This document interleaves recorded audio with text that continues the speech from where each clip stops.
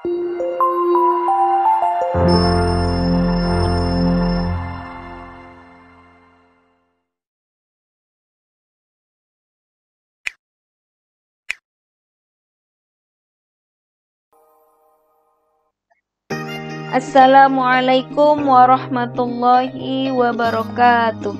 Bismillahirrahmanirrahim. Rabbi shrah li sadri wa yassir li amri wahlul 'uqdatam min lisani yafqahu qawli. Shadaqallahul azim. Selamat datang kembali di kelas daring Agama Islam dan Budi Pekerti kelas 8. Kali ini kita akan mempelajari tentang meneladani sifat-sifat mulia dari Rasul Allah Subhanahu wa ta'ala. Adapun kompetensi dasarnya, yang pertama beriman kepada Rasul-Rasul Allah Subhanahu wa ta'ala. Yang kedua, menghayati perilaku amanah sebagai implementasi dari iman kepada Rasul Allah Subhanahu wa ta'ala. Yang ketiga, memahami makna beriman kepada Rasul Allah Subhanahu wa ta'ala. Yang keempat, menyajikan dalil nakli tentang iman kepada Rasul Allah Subhanahu wa ta'ala. Tujuan pembelajaran. Setelah mempelajari ini, peserta didik diharapkan mampu: 1. Menjelaskan pengertian iman kepada Rasul Allah Subhanahu wa ta'ala dengan benar. Yang kedua, peserta didik mampu menunjukkan dalil iman kepada Rasul Allah Subhanahu wa ta'ala dengan benar. Yang ketiga, peserta didik mampu menyebutkan nama-nama nabi dan rasul dengan benar. Yang keempat, peserta didik mampu menjelaskan sifat wajib para nabi dan rasul dengan benar. Yang kelima, peserta didik mampu menjelaskan sifat mustahilnya para nabi dan rasul dengan benar. Yang keenam, peserta didik mampu menjelaskan sifat jaiznya para nabi dan rasul dengan benar. Yang ketujuh, peserta didik mampu menjelaskan Rasul Ulul Azmi dengan benar. Yang kedelapan, peserta didik mampu menyebutkan Nabi dan Rasul Ulul Azmi dengan benar.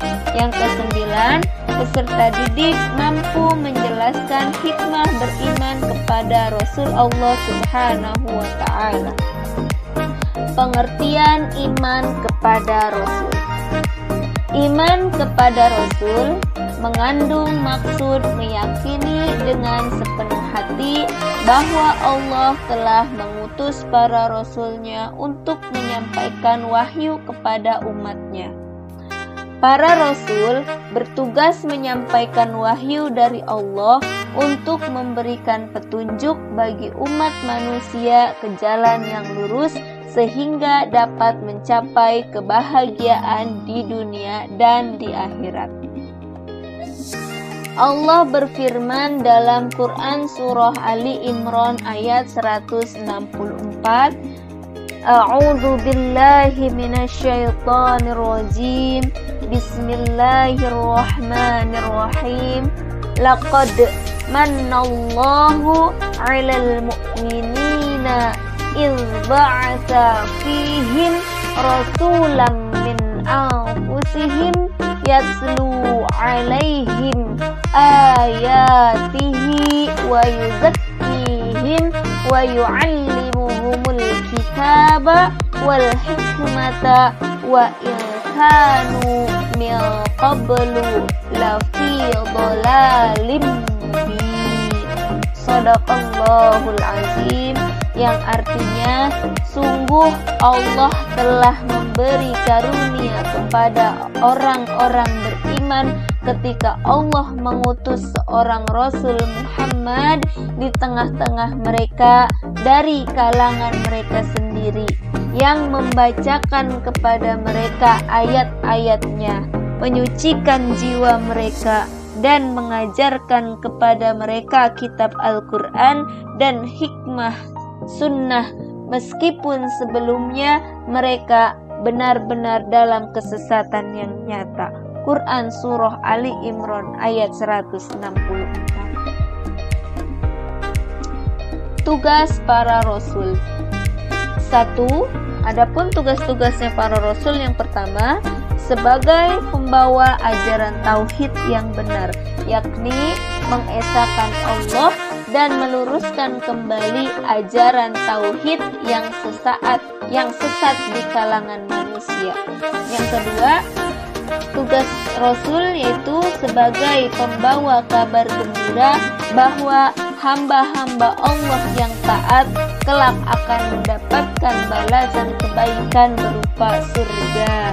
Dan yang ketiga, sebagai pemberi peringatan bahwa manusia yang ingkar perbuatan kejahatan, maksiat, dan menganiaya akan mendapatkan balasan di neraka. Itu adalah tugas-tugas Rasul yang diutus oleh Allah ke muka bumi ini. Dan yang terakhir yaitu membina kehidupan manusia agar menerapkan akhlak mulia. Nah, sifat-sifat para rasul. Yang pertama ada sifat wajib, yang kedua ada sifat mustahil, dan yang ketiga ada sifat jaiz. Adapun sifat wajib di rasul yang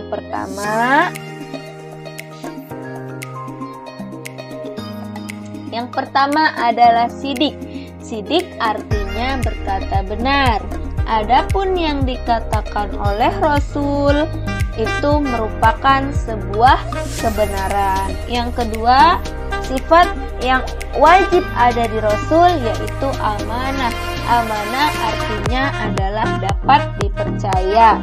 Sebagai Rasul sangat dapat dipercaya oleh umatnya. Para Rasul adalah manusia yang paling jujur dan dapat dipercaya. Dan yang ketiga adalah tabligh, yang artinya yaitu menyampaikan. Seorang Rasul adalah manusia pilihan Allah yang menyampaikan wahyu yang telah diterima kepada umatnya. Wahyu dari Allah tersebut disampaikan oleh para rasul apa adanya, tidak ditambahkan ataupun dikurangi sedikit pun. Yang keempat yaitu fatonah. Fatonah artinya adalah cerdas. Seorang rasul adalah manusia pilihan Allah yang cerdas, tidak pelupa dan tidak pula pikun. Jadi sifat wajib di rasul itu ada 4. Yang pertama sidik, yang kedua amanah, yang ketiga tabligh, dan yang keempat fatonah. Sidik, amanah, tabligh, fatonah, benar, terpercaya, menyampaikan juga pintar. Itu ya, kalau biasanya kita sering menyanyikan kalau di pengajian-pengajian seperti itu ya. Selanjutnya sifat mustahil di rasul. Yang pertama ada kadzib atau kizib, artinya adalah dusta. Seorang rasul tidak mungkin berkata dusta dalam kehidupan sehari-harinya, baik di lingkungan keluarga, masyarakat, apalagi di depan umatnya. Jadi mustahil kalau rasul itu berkata bohong. Yang kedua yaitu khianat.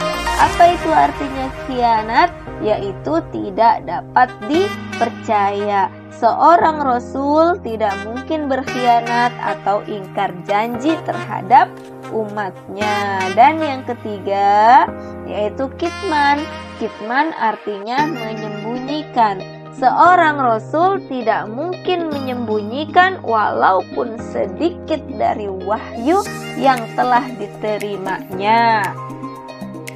Dan yang terakhir adalah baladah. Baladah artinya adalah bodoh. Seorang rasul tidak mungkin bersifat bodoh. Jika seorang rasul bersifat bodoh, pasti akan diatur dan dipermainkan oleh umatnya. Ya, jadi sifat mustahil itu sifat yang tidak ada di Rasul. Jadi lawan kata dari sifat wajib adalah sifat mustahil. Sifat wajib di Rasul ada 4, sifat mustahil di Rasul juga ada 4. Selanjutnya yaitu sifat jaiz di Rasul. Apa itu sifat jaiz di Rasul? Sifat jaiz di Rasul adalah sama dengan kita disebut aradul basyariyah. Apa itu artinya aradul basyariyah? Yaitu bersifat dan berperilaku sebagaimana kebiasaan manusia pada umumnya, seperti makan, minum, haus, lapar, letih, dan lain sebagainya. Jadi Rasul juga perlu makan, Rasul juga perlu minum, Rasul juga pernah haus, Rasul juga pernah lapar. Jadi Rasul itu sama seperti perilaku kita, kebiasaan manusia pada umumnya. Selanjutnya 25 Rasul yang wajib kita ketahui. Ayo kita nyanyi bersama-sama.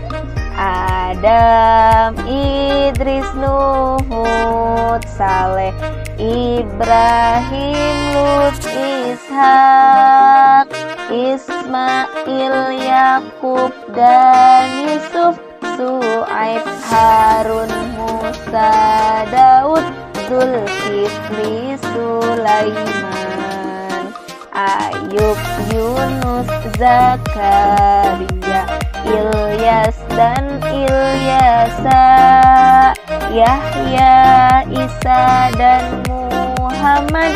Itu semuanya nabi kita umat Islam. Jadi nama-nama yang ada di sini 25 Rasul ini wajib kita ketahui. Selanjutnya yaitu Rasul Ulul Azmi. Di antara 25 Rasul ada 5 Rasul yang diberi gelar Ulul Azmi, yang artinya orang-orang yang memiliki keteguhan hati dalam menghadapi dan cobaan dari Allah Subhanahu wa Ta'ala. Siapa aja itu 5 Rasul tersebut? Yang pertama yaitu Nabi Nuh alaihissalam, yang kedua yaitu Nabi Ibrahim alaihissalam, yang ketiga yaitu Nabi Musa alaihissalam, yang keempat yaitu Nabi Isa alaihissalam, dan yang kelima yaitu Nabi Muhammad sallallahu alaihi wasallam. Bisa kita singkat dengan NIMIM, ya, NIMIM. Jadi Nuh, Ibrahim, Musa, Isa, dan Muhammad. Selanjutnya mukjizat yang diberikan Allah kepada para nabi yang bergelar Ulul Azmi. Nah, yang pertama yaitu Nabi Nuh alaihissalam. Nabi Nuh alaihissalam diberi mukjizat oleh Allah dapat membuat perahu yang sangat besar, yang dapat memuat semua umatnya yang beriman kepada Allah Subhanahu wa Ta'ala, dan semua jenis hewan yang hidup pada zaman tersebut berpasang-pasangan. Jadi umat yang beriman pada masanya Nabi Nuh, pada zamannya Nabi Nuh, dimasukkan ke perahu atau bahtera yang Nabi Nuh buat, ya. Pada saat itulah terjadinya banjir bandang. Yang kedua yaitu Nabi Ibrahim. Mukjizat yang diberikan oleh Allah kepada Nabi Ibrahim alaihissalam adalah tidak terbakar oleh api ketika dibakar oleh Raja Namrus. Dan yang ketiga yaitu Nabi Musa alaihissalam. Mukjizat yang diberikan oleh Allah kepada Nabi Musa alaihissalam adalah tongkatnya dapat berubah menjadi ular raksasa. Tangannya yang mengeluarkan cahaya ketika diminta bukti kerasulannya, serta dapat membelah laut merah menjadi jalan ketika dikejar oleh Raja Fir'aun dan bala tentaranya. Itu mukjizat Nabi Musa alaihissalam. Selanjutnya yaitu Nabi Isa alaihissalam. Mukjizat yang diberikan Allah kepada Nabi Isa alaihissalam adalah dapat mengobati berbagai macam penyakit yang sulit disembuhkan, membuat burung dari tanah, dan dapat menghidupkan orang yang sudah meninggal walaupun sebentar. Itu mukjizat Nabi Isa. Dan yang terakhir adalah Nabi Muhammad sallallahu alaihi wasallam. Mukjizat yang diberikan oleh Allah kepada Nabi Muhammad sallallahu alaihi wasallam adalah terbelahnya bulan menjadi dua, walaupun hanya tampaknya, dapat mengeluarkan air dari celah-celah jarinya. Al-Quran sebagai kitab yang paling lengkap dan sempurna, serta selalu dijaga kemurniannya sampai akhir zaman, serta peristiwa Isra Mi'raj dari Masjidil Haram sampai ke Sidratul Muntaha. Itu adalah mukjizatnya Nabi Muhammad sallallahu alaihi wasallam. Selanjutnya yaitu hikmah beriman kepada Rasul Allah Subhanahu wa ta'ala. 1. Yaitu meneladani sifat-sifat mulia para nabi dan rasul, seperti bersikap adil, bersikap jujur, bersikap sabar, teguh, dan semangatnya dalam berdakwah menegakkan ajaran-ajaran Allah Subhanahu wa ta'ala. Yang kedua, yaitu umat-umat terdahulu mengalami kehancuran dan mendapat azab dari Allah karena mereka ingkar, karena mereka sombong, dan karena mereka menyekutukan Allah Subhanahu wa ta'ala. Hal ini menjadi pelajaran bagi kita untuk selalu senantiasa menjaga keimanan kita dan perilaku kita agar sesuai dengan ajaran Allah Subhanahu wa ta'ala. Dan yang ketiga yaitu selalu meningkatkan keimanan dan ketakwaan kepada Allah Subhanahu wa ta'ala agar negeri kita mendapat kemakmuran, keamanan, serta keberkahan dari Allah Subhanahu wa ta'ala. Dan yang terakhir yaitu kita selalu patuh dan taat dalam melaksanakan semua yang diperintahkan oleh Allah